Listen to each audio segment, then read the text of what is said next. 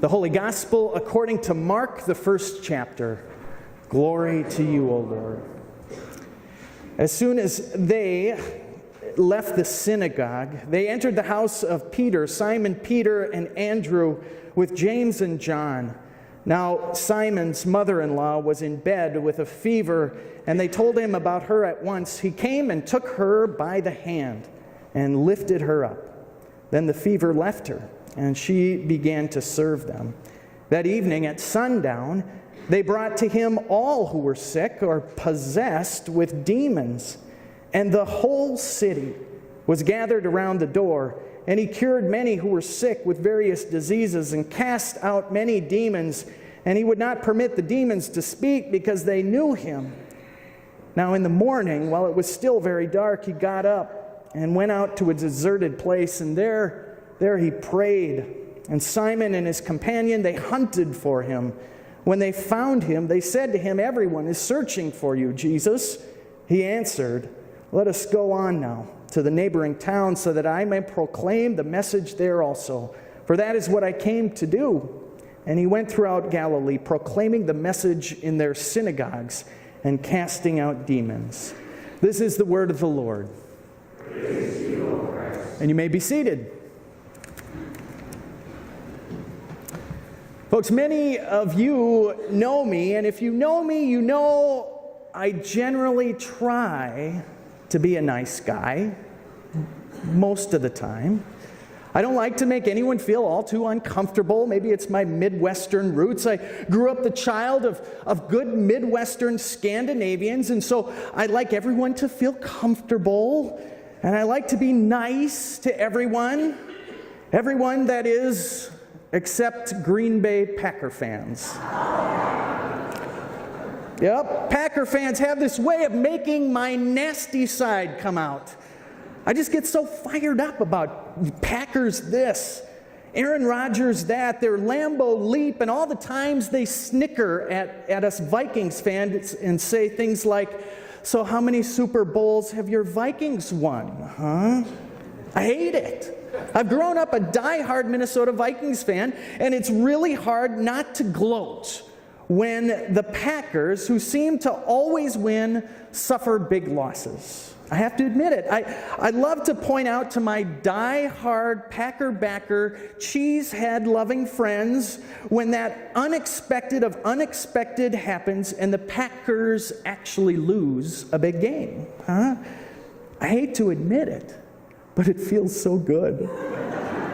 It feels so good when I can point out, for example, when the Packers suffer a big, unexpected playoff loss that takes them out of contention for the Super Bowl. Those poor Packer fans, huh?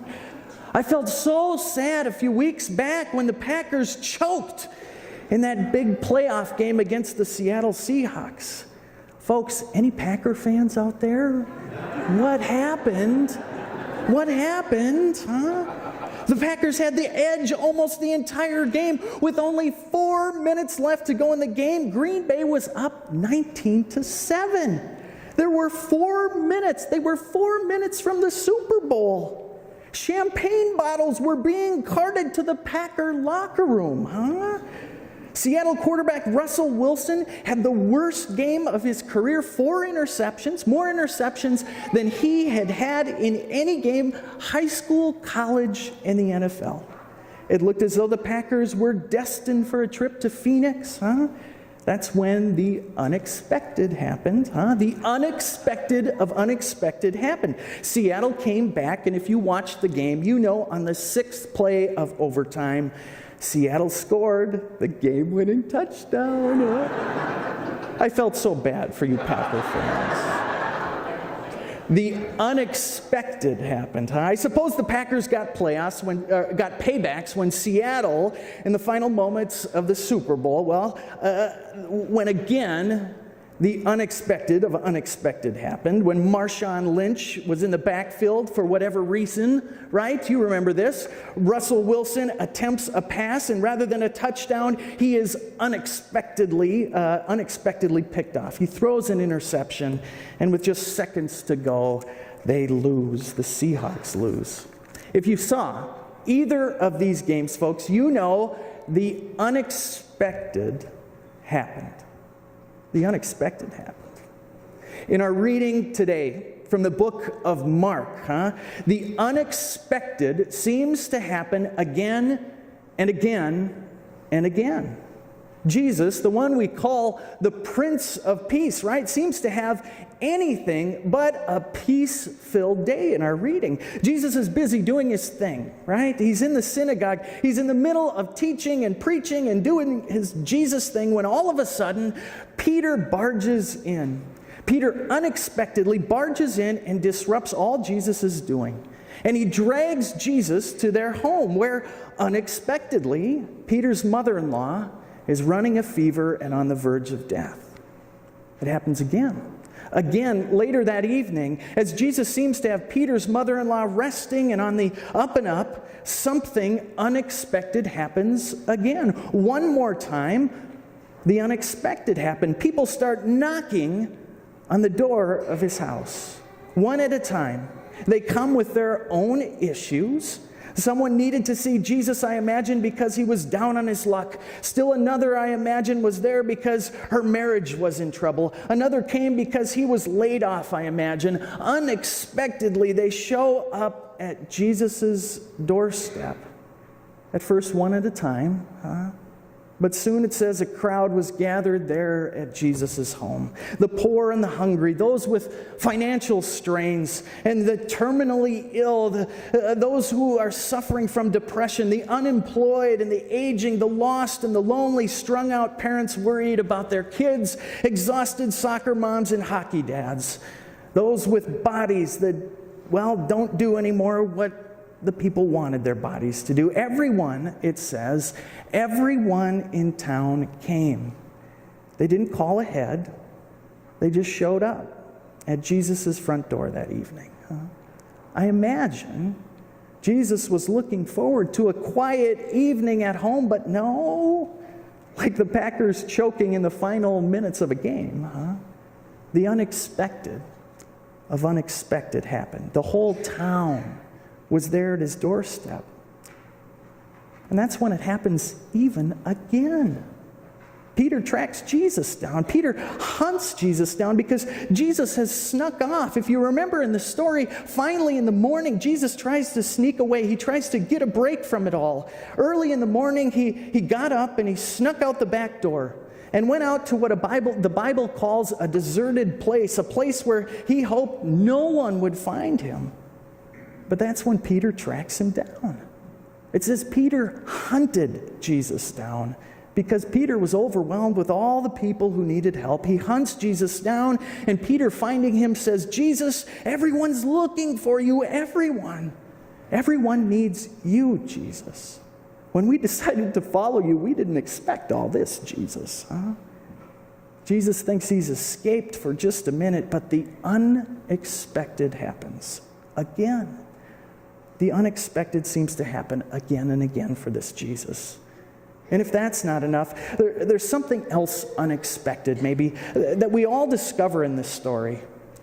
It's not just Peter's mother-in-law that needs Jesus at her side. And it's not just Peter who needs Jesus because of all the people who are coming to get help. It's not just one or two neighbors who come knocking at Jesus' door. The story says that the entire town, the whole city, every last member of that community is found gathered at Jesus' door. Isn't that a beautiful sound, by the way? I love that. Every single one of those people in that town, whatever their sickness, whatever their issue, they were gathered at Jesus' front door. I imagine there were a whole lot of people they didn't expect would show up.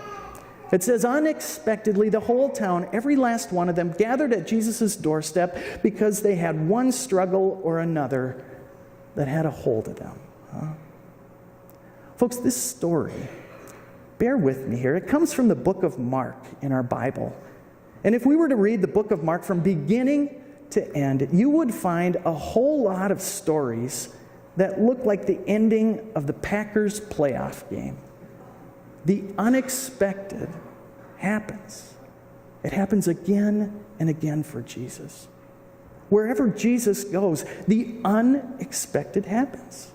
Every time he turns around, it's unexpected. You've read your Bible. It's unexpected to find out who Jesus hangs out with, who shows up at his door, who he calls his disciples. There are all those disruptions, one after another. People continue to unexpectedly track him down. There are lepers and paralyzed men. He ends up eating dinner with tax collectors and sinners, those who are leaders of the church. They unexpectedly challenge him at every turn. He calms a storm unexpectedly and challenges authority. And in the end, you know the story. Jesus unexpectedly finds himself on a cross with all his followers yelling, "Crucify him." Folks, Jesus' story is a story of the unexpected. Jesus' story is all about the unexpected because I think Jesus knows what we know. What we know. Each and every one of us knows that the unexpected has a way of sneaking in to every one of our lives. As much as we try and keep it at bay, as much as we try and avoid the unexpected loss of a loved one happens. The loss of a job, it comes unexpected. There's that unexpected diagnosis. There are parenting challenges. There's the unexpected surgery or marital strife, family tensions, financial strain, bouts with depression. You know this. Just like Jesus found every single member of that community at his door, there isn't a single one of us who can avoid the unexpected. There's not one of us that doesn't know our measure of loss, and our measure of pain. There's not a one of us that isn't possessed by something like those that were brought to Jesus' door. Jesus' life is anything but peaceful and calm and collected. It's not neat and orderly or all put together. Jesus' life in the real Bible that we read is chaotic and it's messy and it's filled with the unexpected that you and I know all too well.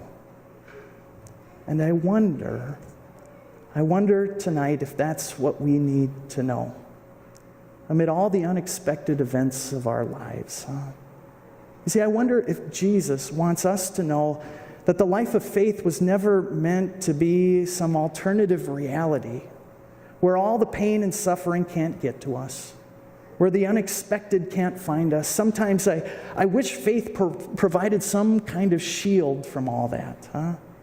But that's not what we have. We know this. Instead, we find in Jesus that we have a God who knows the unexpected chaos of our lives.